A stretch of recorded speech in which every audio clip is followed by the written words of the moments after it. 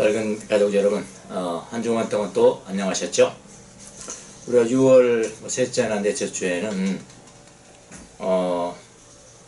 좀 함께 얼굴을 대면해서 예배를 드릴 수 있도록 한번 해 보겠습니다. 이쪽 서초동 쪽으로 우리가 대관을 좀 해서 예배를 드릴 수 있을 것 같은데, 항상 우리는 다 임시잖아요. 여기 이 땅에서는 영원한 거처가 없고 항상 임시 거쳐가는 나그네니까 더 좋은 데가 또 나타날 때까지 또 임시 있다가 또 하나님도 좋은 곳 더 주면 또 가고 그렇게 하도록 하겠습니다. 어떤 분들한테는 좀 더 가까워진 분이 계시고, 또 어떤 분들한테는 좀 더 멀어진 분들이 계셔서, 좀 더 멀어진 분들은 내가 이거 손해보는 거 아니야? 이런 생각도 들 수가 있겠지만, 기계적으로 정확하게 한양초등학교 똑같이 한 장소를 찾기가 어렵습니다. 그런 장소가 있다면 저한테 말씀해 주시면은 더 좋은 곳으로 바로 또 이사 가도록 그렇게 하겠습니다. 그래서 조금 멀어진 분들이라도 너무 불평하지 마시고요. 인간적으로 생각하지 마시고 영적으로 생각해서 그렇게 주님을 따르듯이 따라오셨으면 좋겠다는 생각이 듭니다. 자, 오늘은 6월 7일 가정 예배를 다 함께 주님 앞에 올려드리도록 하겠습니다. 오늘의 시편 낭독은 시편 49편 1절로부터 8절까지입니다. 못 백성들아 이를 들으라. 세상의 거민들아 모두 귀를 기울이라. 귀천 빈부를 막론하고 다 들을지어다. 내 입은 지혜를 말하겠고 내 마음은 명철을 작은 소리로 조리로다. 내가 비유에 내 귀를 기울이고 수금으로 나의 오묘한 말을 풀리로다. 죄악이 나를 따라다니며 나를 에워싸는 환난의 나를 내가 어찌 두려워하랴. 자기의 재물을 의지하고 부유함을 자랑하는 자는 아무도 자기의 형제를 구원하지 못하며 그를 위한 속전을 하나님께 바치지 못할 것은 그들의 생명을 생명하는 값이 너무 엄청나서 영원히 마련하지 못할 것임이라. 아멘. 만복의 근원. 만복의 근원 하나님 온 백성 찬송 드리고 저 천사여 찬송하세. 찬송 성부 성자 성령 아멘.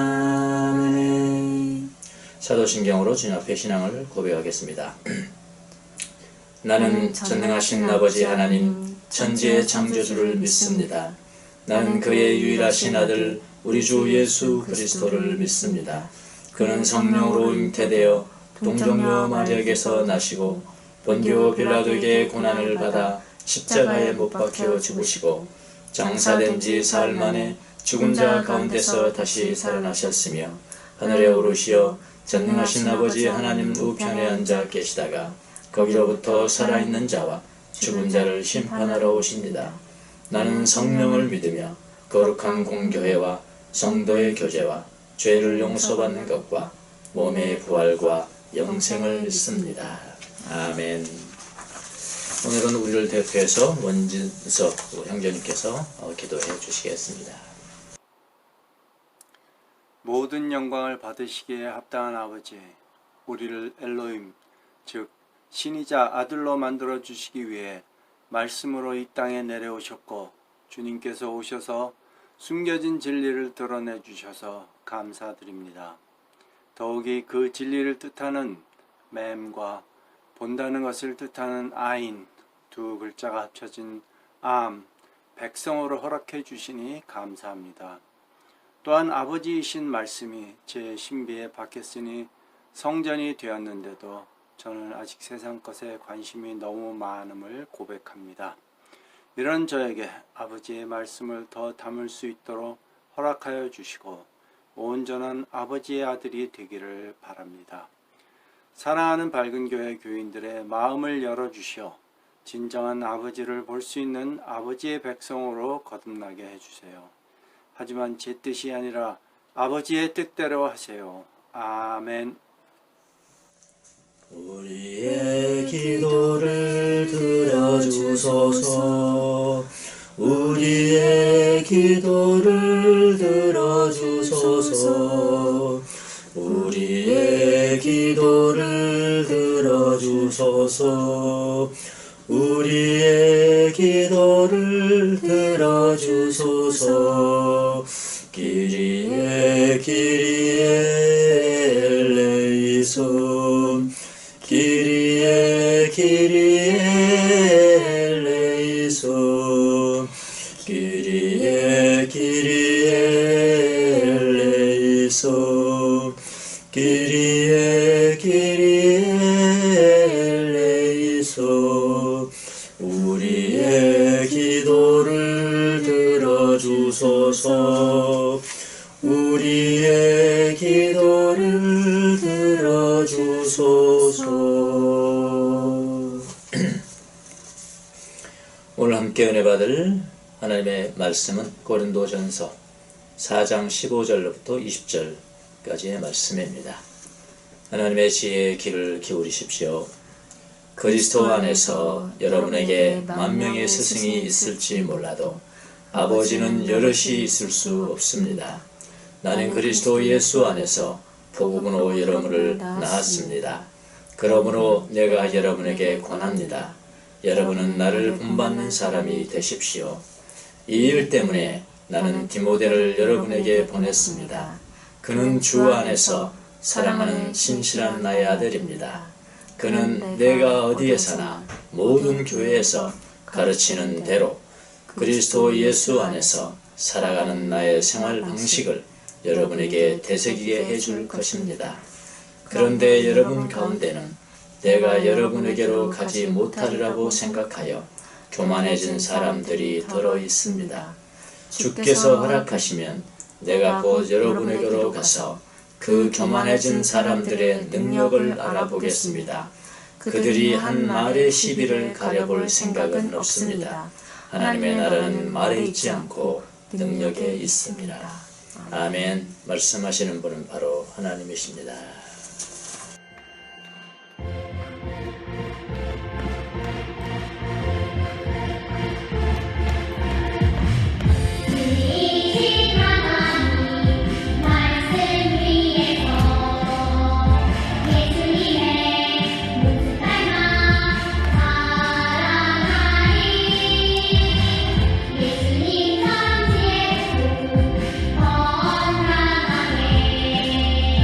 하나님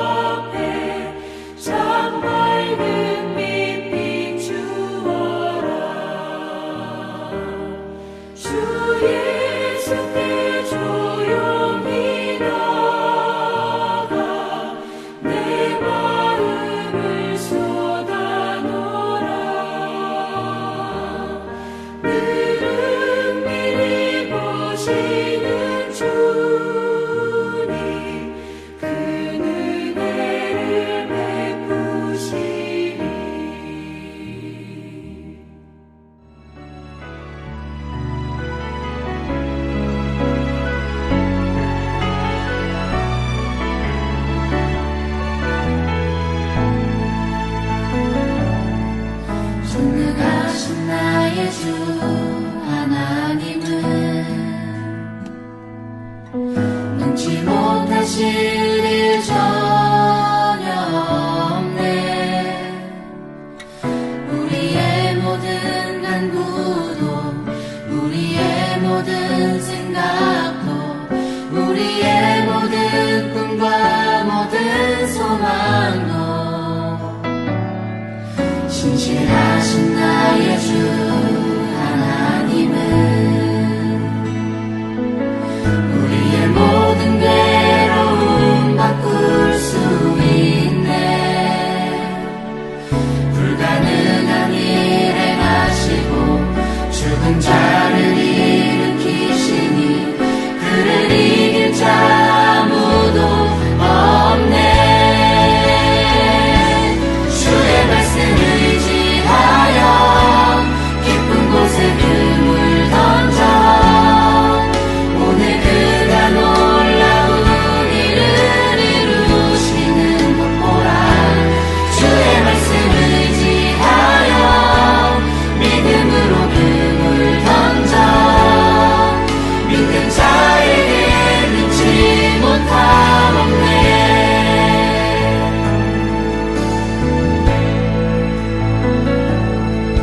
전능하신 나의 주 하나님은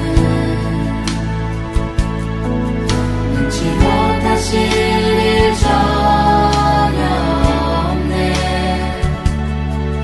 우리의 모든 간구도 우리의 모든 생각도 우리의 모든 꿈과 모든 소망도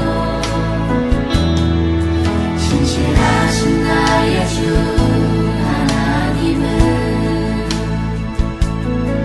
우리의 모든 괴로움 바꿀 수 있네.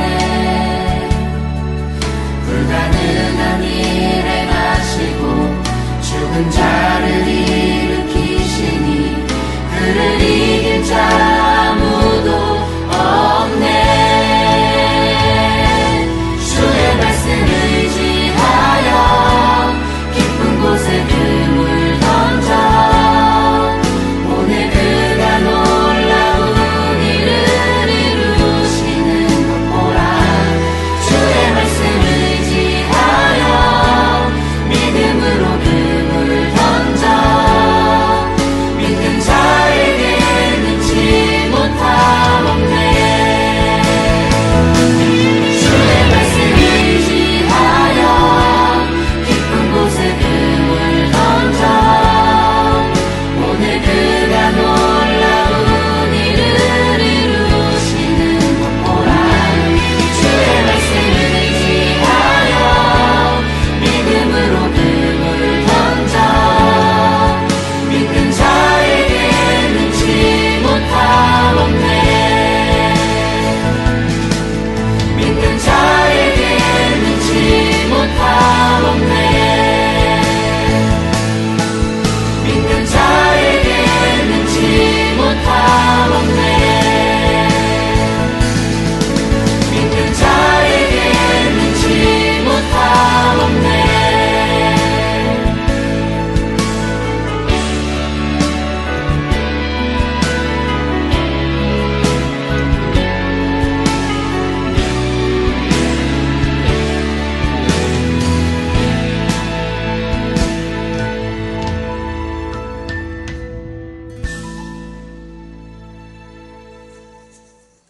코로나 유행이 좀 잠잠해지는가 싶더니 요즘에 또 개척교회들 중심으로 또 코로나가 유행처럼 번지고 있습니다.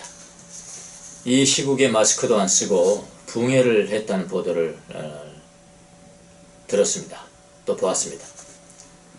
여러분, 아무리 성령이 충만하고 신유의 은사를 받아서 은사의 집회를 연다 해도 우리가 지난 시간에 말씀을 드렸듯이 이 세상의 제약에 우리는 노출되어 있는 연약한 그릇이라는 사실을 늘 기억해야 합니다. 바울이 고린도 교인들에게 지적한 것이 바로 이 점이에요. 그들은 마치 자신들이 성령 받았기 때문에 왕이나 되는 것처럼 교만하게 말을 했습니다. 또 그렇게 살았습니다.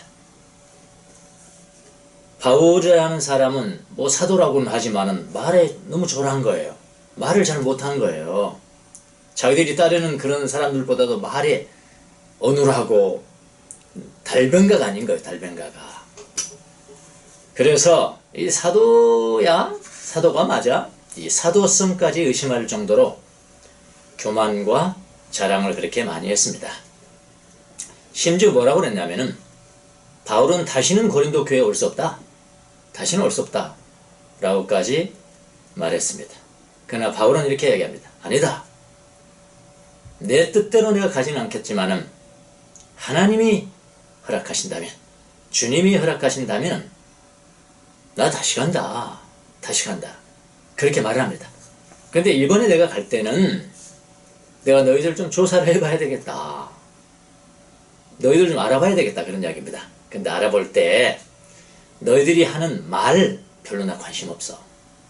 말을 알아보는 것이 아니라 말을 내가 그 말의 시비를 내가 가려볼 것이 아니라 그 대신 뭘 알아본다고요? 그들의 능력을 알아보겠다. 그랬어요. 말이 아니라 능력을 알아보겠다 라고 했습니다. 그들에게 참 말이 중요했죠. 예, 말이 중요했습니다. 바울에게는 뭐가 중요하죠? 말 중요하지 않죠? 능력이 중요하죠. 능력이. 이거 실제 제가 경험한 바입니다만 어떤 큰 교회가 이제 담임 목사를 청빙을 합니다.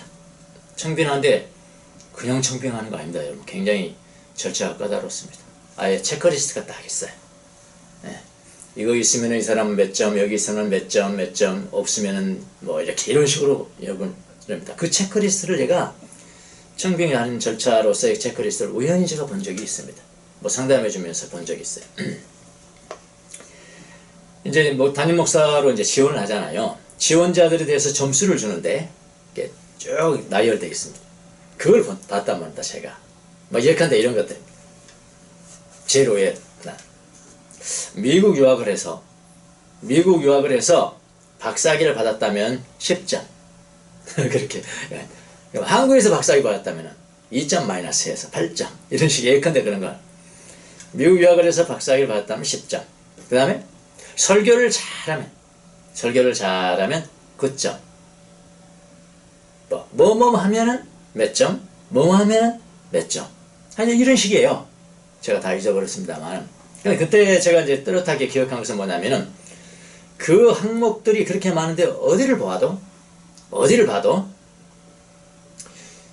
핍박받은 적이 있느냐, 핍박받았을 때 그래도 진리를 외친 적이 있느냐, 의로움 편에 서서 선 그런 경험이 있는지, 그런 항목은 눈을 씻고 봐도 없었습니다. 고통을 받은 적이 있는지, 고통을 받을 때도 믿음을 잃지 않고 견지한 사실이 있는지, 이런 사람은 10점, 그런 항목은 보도를 못했습니다. 영혼의 깊은 어두운 밤을 통과한 적이 있는지, 이런 사람들에겐 7점을 주겠습니다. 그런 항목을 제가 본 적이 없습니다. 오직 모든 항목은 얼마나 분석, 학문을 분석하잖아요. 분석을 잘하는지, 얼마나 분석력이 있고 지적인 능력이 있고, 그 다음에 말을 잘하는지에 모든 초점이 가 있었습니다. 아마 그 교회뿐만 아니라 다른 교회도 거의 마찬가지일걸요. 교인들이 설교 잘하는 목사를 우선 따라가기 때문에 그런 겁니다, 여러분. 설교 잘하는 목사 따라가기 때문에 그런 것들이 나오는 거예요. 여러분, 설교를 잘한다고 반드시 훌륭한 목사가 되는 것은 아닙니다. 말을 잘한다고 반드시 훌륭한 목사가 되는 것은 아닙니다. 자, 말을 잘하는 것을 높이 여기면서 성령 받은 자기들이 다 이룬 것처럼 우리는 완성됐어. 구원이 완성된 거야. 왕 노릇하는 이 고린도 교회 중에 일부 교인들에게 바울이 뭐라고 그랬냐? 스승 있잖아요. 스승. 예. 선생님. 스승과 아버지가 차이가 있다. 첫 번째는 스승과 아버지가 차이가 있다. 또 뭐라고 그러냐면은 말 잘하는 것과 말과 능력에는 차이가 있다. 말 잘한다고 능력이 다 있는 것은 아니다. 뭐 그런 거 아닙니까? 그런 차이를 들어가면서 뭐라고 하는 결론은 뭐냐면은 나를 본받으라 그랬어요. 바울이 나를 본받으라고 그랬습니다. 예수님을 본받으라고 해야지. 자기를 본받으라. 당신을 본받으라고 그랬어요. 왜냐하면 자기는 내가 너의 아비다. 아버지다. 그랬거든요. 난 스승 이상이야. 난 아버지야, 아버지. 자기를 본받으라고 가르칩니다. 자, 그럼 스승과 아버지의 차이는 무엇이길래 이렇게 그냥 들으면 조금 도전적이잖아요. 예수님 본받으라고 하면 될 건데 나를 본받으라. 이 세상에 보이는 나를 본받아라. 아버지와 스승은 차이가 있습니다. 바울은 자기를 뭐라고 그랬다고요? 아비라고 그랬죠. 아버지라고 그랬습니다. 아버지는 어떤 사람들이죠? 낳은 경험이 있어. 자식을 낳아야 자식이 아버지라고 부를 거 아닙니까? 에? 낳은 경험이 있어. 스승은 그냥 가르치는 경험이 있어. 고린도서 15장 4장 15절에 이렇게 이야기하죠. 그리스도 안에는 그리스도 안에서 여러분에게 만 명의 스승이 있을지 몰라도 만 명이라는 게 꼭 스승이 만 명이라는 이야기가 아니라 많다는 말입니다. 무한대로 많을 수 있다 그런 이야기입니다. 만 명의 스승이 있을지는 몰라도 그 다음에 뭐라고 그러냐면 아버지는 여럿이 있을 수 없습니다. 너무나 당연한 이야기죠. 아버지 여럿이면 곤란하잖아요. 이거. 아버지는 여럿이 있을 수가 없습니다.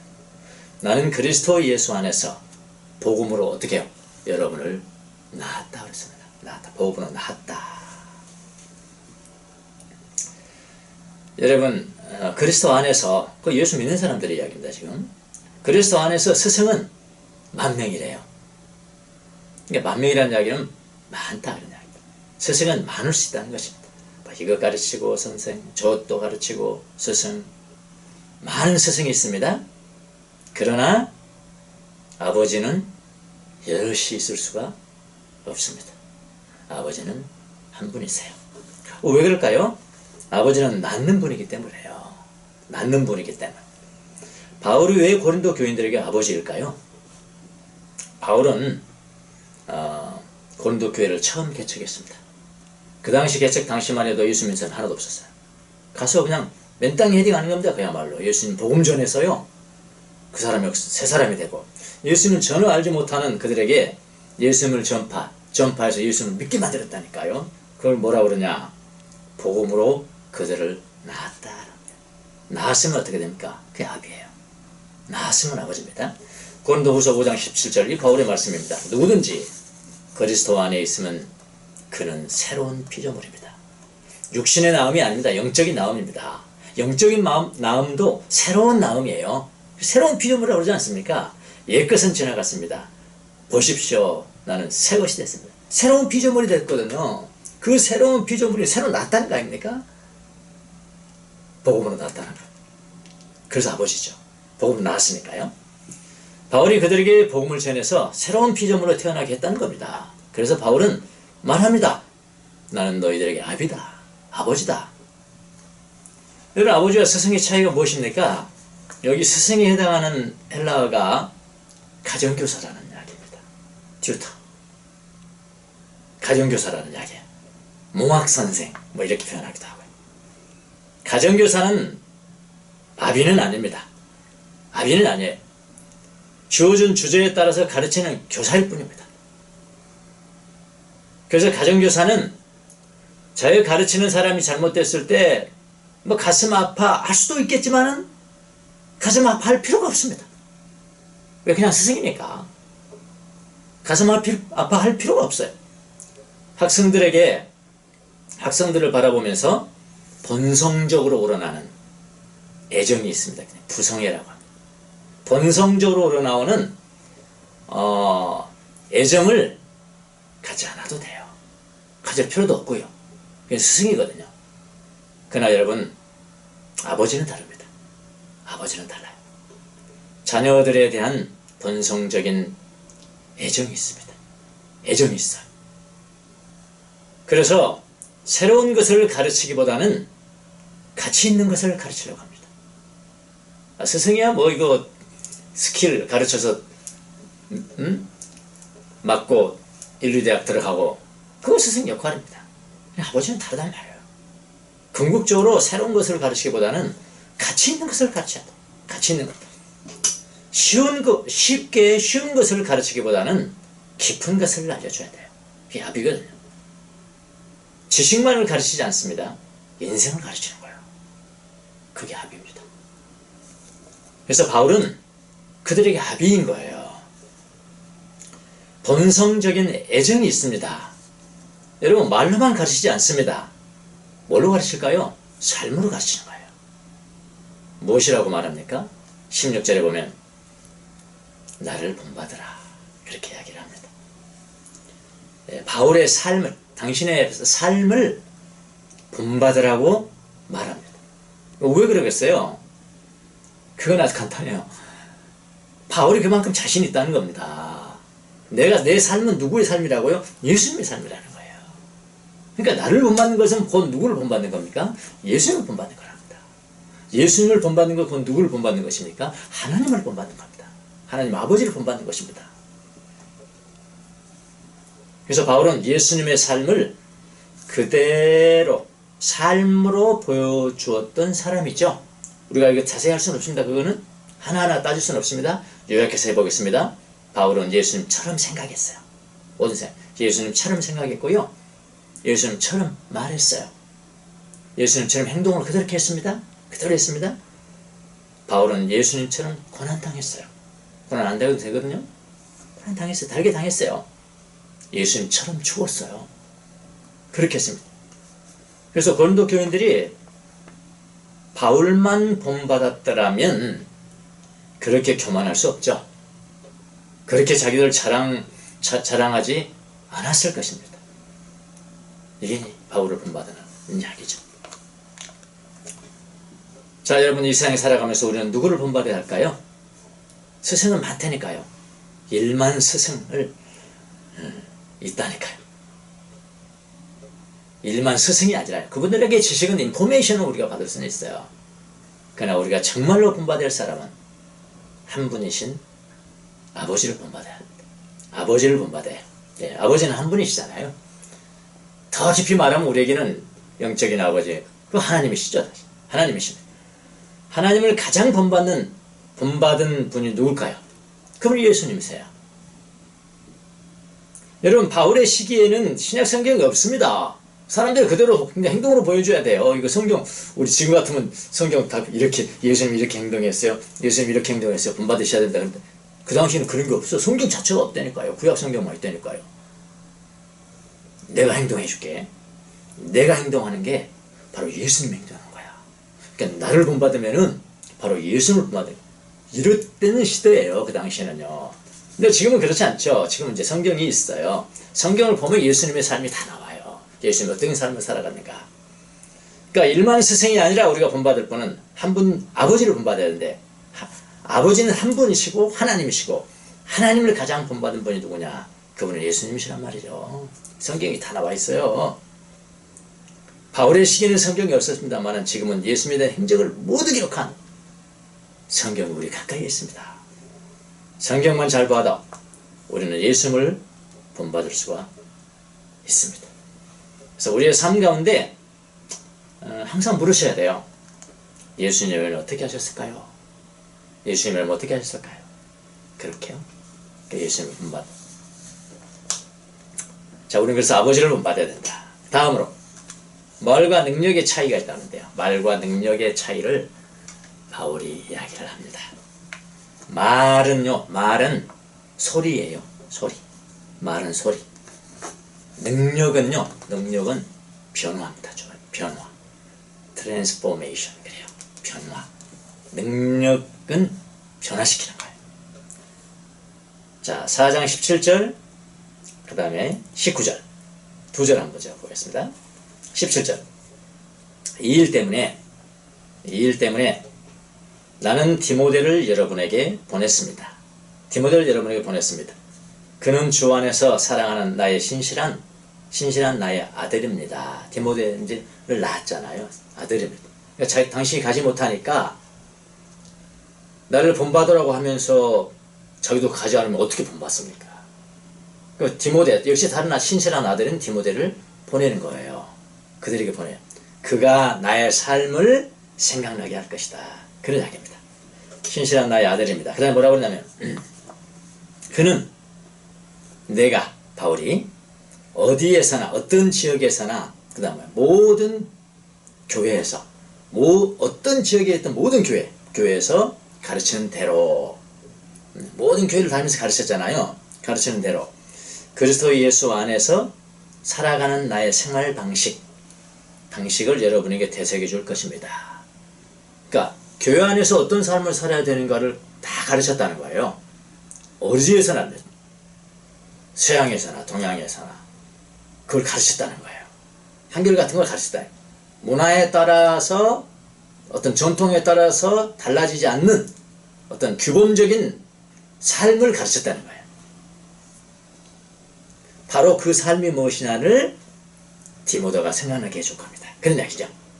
그게 또 하나 뭐냐면 주께서 허락하시면 내가 곧 여러분에게로 가서 난 간다. 여러분으로 간다. 근데 가서 뭘 알아보냐면은 그 교만해진 사람들의 능력을 알아보겠습니다. 능력을 알아보겠다는 거예요. 그들이 한 말의 시비, 너희들이 한 말이 옳으냐 그러냐 그거 가려볼 생각 없습니다.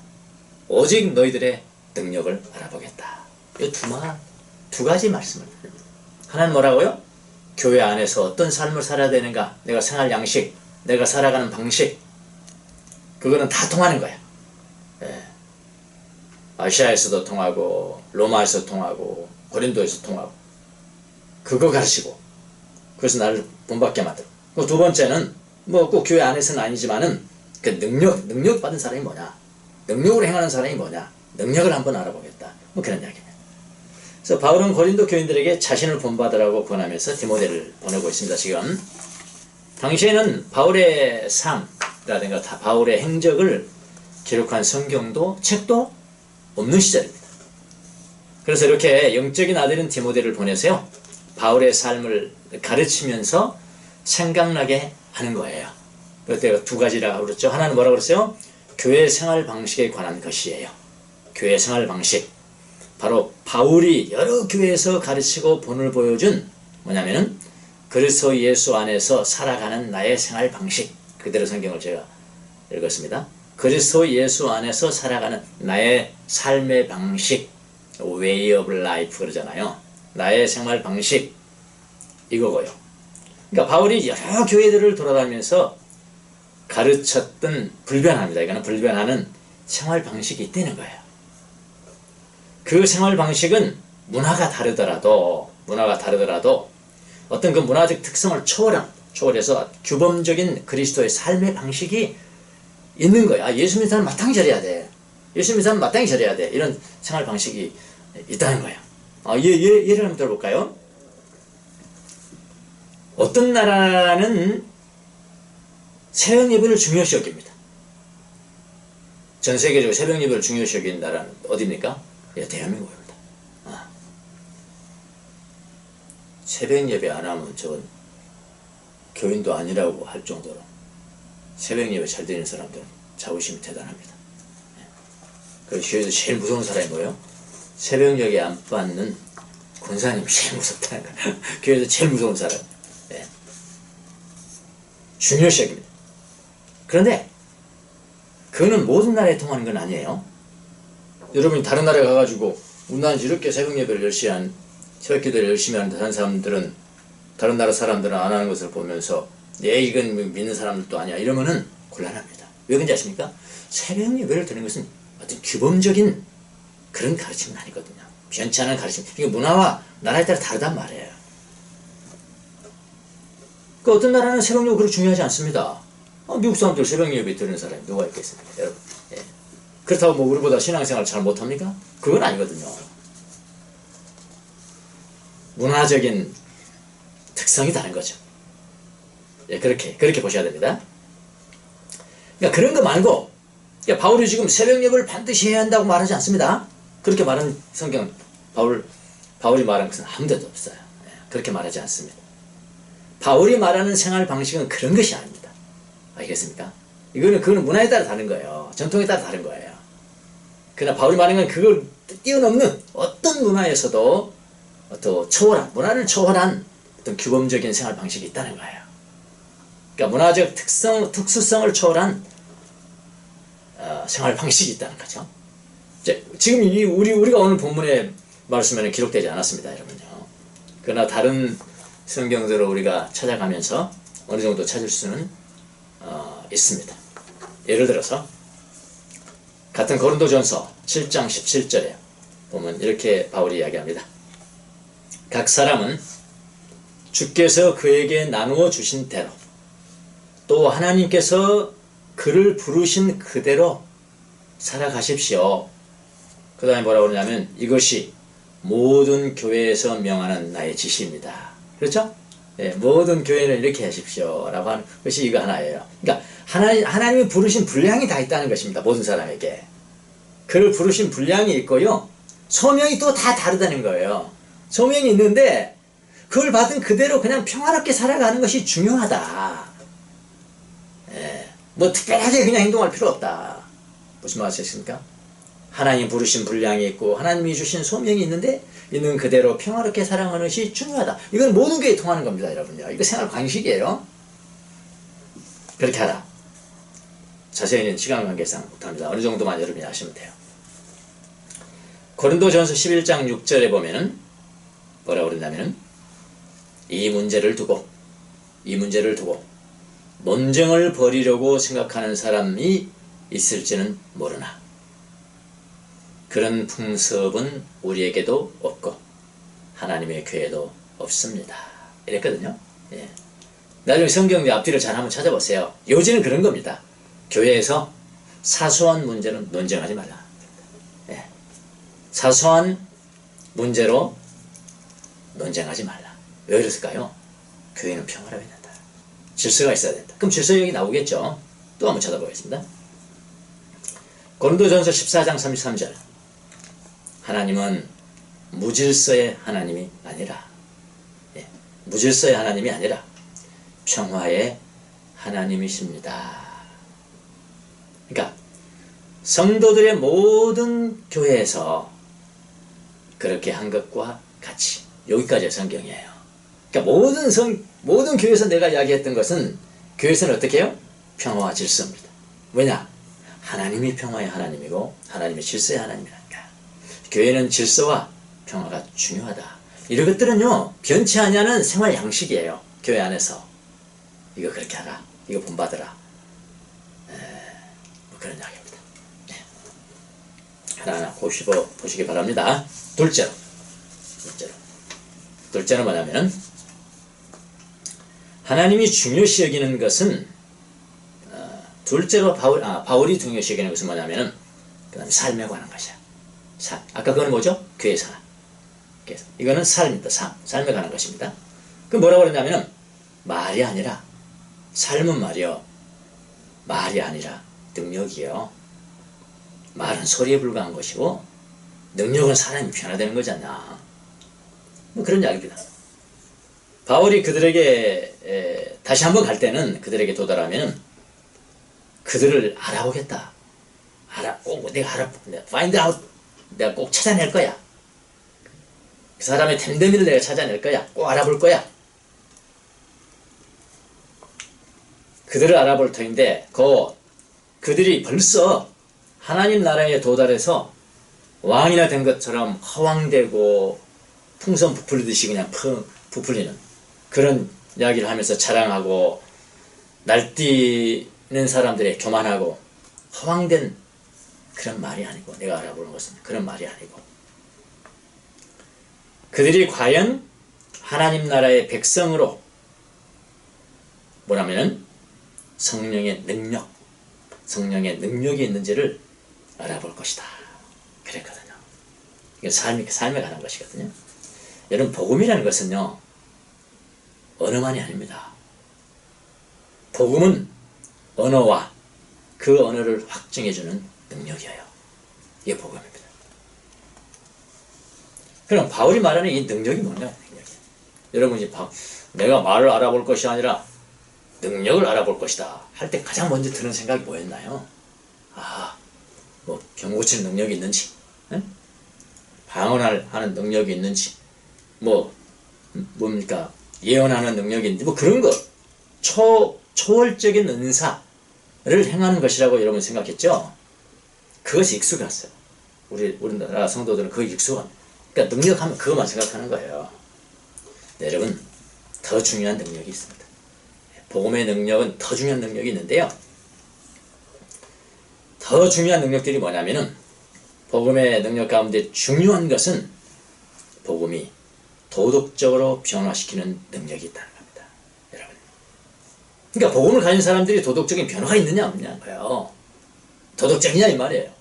윤리적이냐 이 말이에요. 복음을 받는 사람들은 가장 먼저 도덕적으로 변화가 일어나야 합니다. 이것이 능력이에요. 복음을 받은 사람들이 도덕적으로 변화되지 않았다면 그는 복음의 언어만 알 뿐이죠.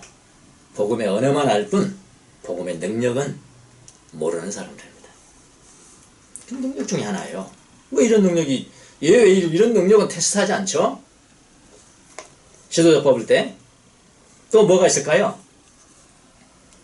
핍박 속에서도, 내가 핍박을 받았지만은, 정말 복음을 전할 수 없을 정도의 핍박을 많이 받았지만 나는 진리가 있고 하나님의 의가 있고 하나님의 사랑에 대해서 아주 목숨을 걸면서 내가 충실되게 행했다. 나는 이런 경험이 있다. 이게 능력이에요. 이게 능력입니다. 예. 내가 고난을 받았지만은 나는 믿음을 절대로 잊지 않았어. 내가 고난을 받았지만은 내게 소망이 있었어. 내가 고난을 당했지만은 그리스도의 사랑을 끝까지 가지고 왔다. 이게 뭐죠? 이게 능력이에요. 이게 능력입니다, 여러분. 내가 가난 속에서도, 극한 가난 속에서도, 또 어떨 때는 내가 풍요 속에서도, 어느 환경에 처해 있든지 나는 재물을 탐하지 않았다. 재물을 탐하지 않았다. 탐욕하지 않았다. 이게 능력이에요, 능력. 복음을 가진 사람들에게 이런 능력이 드러나지 않았다면 그는 말만 있고 능력은 없는 자들입니다. 대단히 중요한 능력입니다. 이것을 능력으로 삼지 않고 다른 병 고치고 예언하는 그런 것만 능력으로 한다면은 그거는 지금 성경을 잘못 이해하는 것입니다, 여러분. 4세기 경에 이집트를 중심으로 해서 수도원이 많이 생겼잖아요. 기독교가 세속화되어 가는 것을 회복하기 위해서 이제 많은 수도사들이 사막으로 들어갔죠. 사막으로 들어간 사막의 그 수도원은 두 가지가 있잖아요. 혼자 수도 생활을 하는 거예요. 혼자 생활을, 혼자 다 예배하고 혼자 농사를 짓고 노동을 하고 기도하고 성경 보고 독수도승, 그래서 독수도 혼자 한다. 어떤 사람들은 독수도 말고 너무 외롭다, 이거 너무 고독하다, 우리 여러 사람이 모이자. 그래서 여러 사람이 모여서 공동체 생활을 하는 겁니다. 공주수도원, 그런 얘기. 공주수도원. 네. 그 다음에 이 공주도 아니고 완전히 독수도원도 아닌 중간 형태의 또 수도원이 있습니다. 그거는 혼자 살지만은 일정한 토요일이나 일요일이나 주일이나 될 때는 또 같이 생활하는 거예요. 가서 중간 이런 형태의 수도원들이 다 있었습니다. 근데 진짜 훌륭한 사람은 어디서 나온지 아세요? 독수도에서 나온 게 아니에요. 여러 사람들과 공동체를 이루면서 거기서 나왔습니다. 사실 안토니우스도 굉장히 공동체의 삶에서 성공하는 수도사들을 굉장히 높이 여겼습니다. 자기도 그렇게 하고 싶었는데 못했다. 그렇게 한탄하는 게 나중에 나와요. 예. 그런데 이 수도원들의 또 사색이에요. 여러분 전염병이 수도원이 그렇게 정결하게 생활하고 그렇게 기도를 많이 하고 그렇게 예수님을 닮아가라고 하는 사람들만 모여있는 곳에도 전염병이 피해가지 못합니다.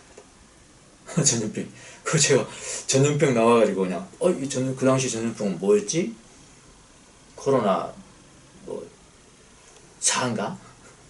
봤더니요. 코로나19하고 코로나19하고 유사합니다. 그때도 코로나19였나? 적혀있어요. 증상이 적혀있습니다. 증상이 고열이 나면서 갑자기 안색이 변하고 눈이 충혈되어 그 다음에 뭐라고 하냐면 숨이 막혀 죽었다. 이렇게 기록되어 있어요. 사색에 있어요. 여러분 어떤 수도원에서는요. 몇 명이 보통 수도원에 큰 수도원이라면 한 300명 정도 이렇게 되는 수도원인데 그 유명한 수도원이었는데 몇 명이 죽었냐면은 이 전염병 때문에 130명이 죽었습니다. 매일 죽어 나갔으니까요. 그런 거 아시죠? 미국 같은 데 보면 막 매일 만 명씩 죽어요. 자, 이런 고난 가운데 한 사부, 유명한 사부가 병이 들었습니다. 코로나 걸렸겠죠. 그가 항상 간호를 받는데 내가 원장이라고 그래서 내가 특별한 대우를 받고 싶지 않다. 다른 형제들과 똑같은 대우를 나는 받겠다. 그렇게 했어요. 투병 생활 가운데 그는 몸이 약해졌지만은 마음과 눈은 타오르는 불빛 같았다. 이렇게 기록하고 있습니다. 하루는 그 사부에게 어떤 이제 시중 드는 사람들이 아주 가볍고 좋은 외투를 이렇게 덮어줬습니다. 수발을 들면서 아주 가볍고 좋은 것도 외투를 딱 보니까 이건 아니거든요.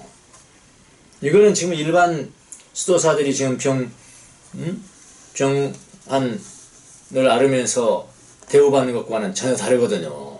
내가 좀 높다고 이렇게 좋은 것을 덮어준. 그 사부가 그것을 알고 그것이 특별한 외투인 것을 알고 화를 냈습니다. 뭐라고 그러냐면 이것은 불공정한 행동입니다. 불공정한 행동입니다. 나는 다른 형제보다도 더 편하게 살 수가 없습니다. 하면서 거부를 했다고 합니다. 이런 게 능력이에요. 이런 게 능력이라고요. 삶 가운데 드러나는 능력. 데오도르라는 뛰어난 사부가 또 한 수도원의 지도자로 있습니다. 아주 빼어나니까 데오도르는요 유명합니다. 데오도르는 한 수도원이 뭐 몇백 명이 있는 수도원이 그렇게 뭐 병자를 고치고 예언해주고 그런 삶을 살아가니까 도시에서 얼마나 많은 사람들이 찾아오겠습니까? 자기 병 고쳐준데 그냥 돈 안 내겠어요? 다 헌금하고 막 하고 그러는. 그래가지고 수도원이 어떻게 됐냐면은 돈을 많이 모아버린 거예요. 수도원이 돈을 많이 모아버린 겁니다. 그때 이 훌륭한 사부인 데오도르가 진짜 많은 근심에 빠져 있었습니다. 그 근심하는 것이 뭐였냐면은 가장 큰 걱정과 근심이 뭐였냐면은 이 늘어난 재산을 어떻게 할까? 이겁니다. 빨리 써버려야 되는데 지금 생각이 안 나는 거예요. 이 늘어난 재산을 어떻게 할까? 재산이 교회에 늘어나는 것을 주님이 기뻐하지 않으신다. 그렇게 한탄하면서 그렇게 걱정을 많이 했다고 합니다. 여러분, 이런 것이 복음의 능력입니다. 아시겠습니까?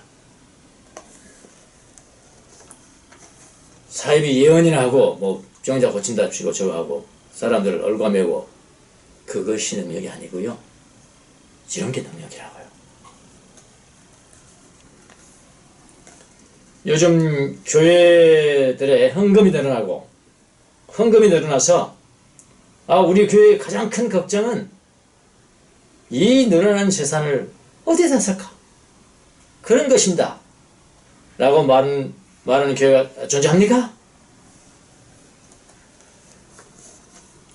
그러니까 이런 게 능력입니다. 이런 걸 알아보겠다는 거예요. 네. 나가겠습니다. 여러분에게 복음은 무엇입니까? 복음. 소리입니까? 말입니까? 단지 말입니까? 능력입니까? 여러분 복음으로 말미암아 변화돼서 도덕적 실력을 가지고 있습니까? 어떤 시련이 와도 의와 사랑에 충실할 것입니까? 어떤 고난 속에서도 믿음과 소망을 놓지 않겠습니까? 여러분 복음은 말이 아니고 능력이에요. 바울은 그것을 보겠다는 것입니다. 여러분 모두가 다 신실한 하나님의 자녀가 되어서 바울을 본받고, 바울을 본받는 것은 곧 예수님을 본받는 것이고, 예수님을 본받는 것은 바로 아버지이신 하나님을 본받는 그런 능력 있는 자녀들이 다 되시기를 예수님의 이름으로 축원합니다. 기도하겠습니다.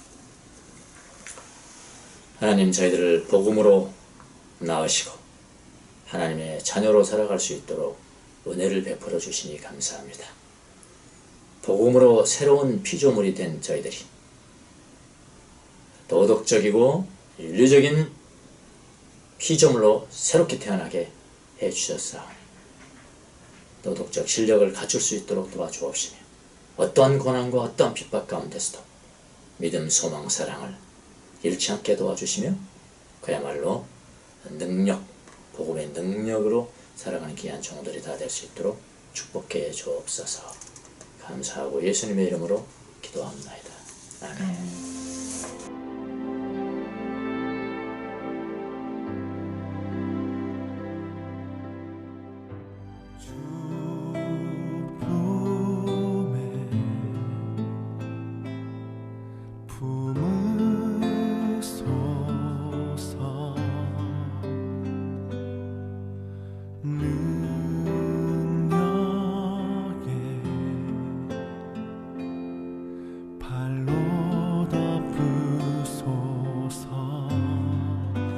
거친 파도 날 향해 와도 주와 함께 날아오르리.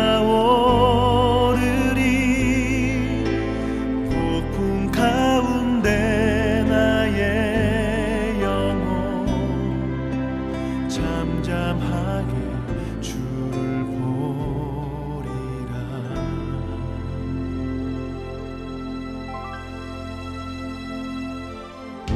주님 안에 나 거하리. 주 능력 나 잠잠히 믿네. 거친 파도 날 향해 와도 주와 함께 날아오르리. 폭풍 가운데 나의 영혼 잠잠하게 주를 보리라. 거친 파도 날 향해 와도 주와 함께 날아오르리. 폭풍 가운데 나의 영혼 잠잠하게 주를 보리라.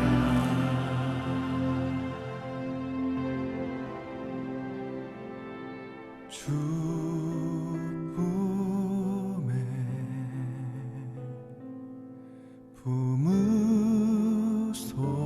품으소서.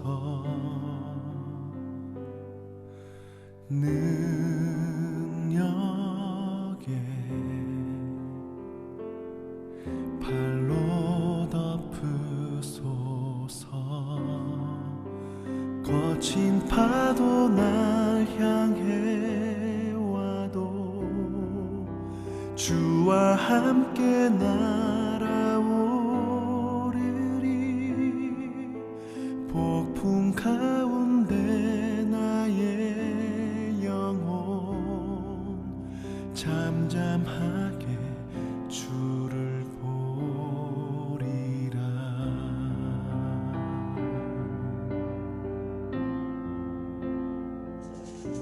이제 하나님 앞에 다 마음을 모아 기도하겠습니다. 오늘 말씀을 놓고 기도하고요.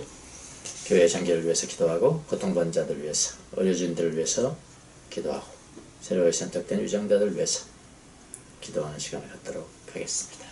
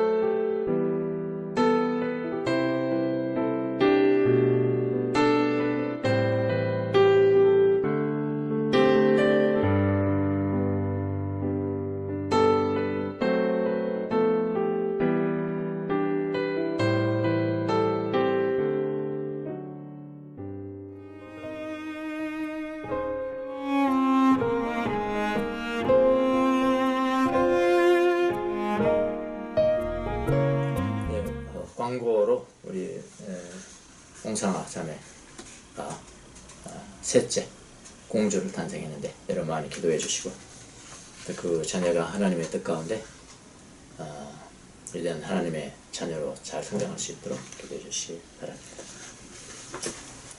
하나님 은혜에 감사해서 귀한 사랑과 나눔의 연보를 주님 앞에 올려드렸습니다. 이 헌금이 사용되는 곳에 주님의 영광이 드러나게 되시고 주의 나라가 확장되는 데 쓰임받을 수 있도록 축복해 주옵소서. 믿음으로 드린 손길들 위해 말이 아니라 능력이 드러날 수 있도록 은혜를 베풀어 주옵소서.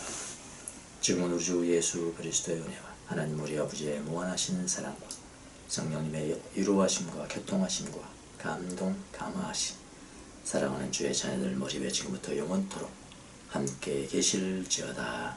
아멘.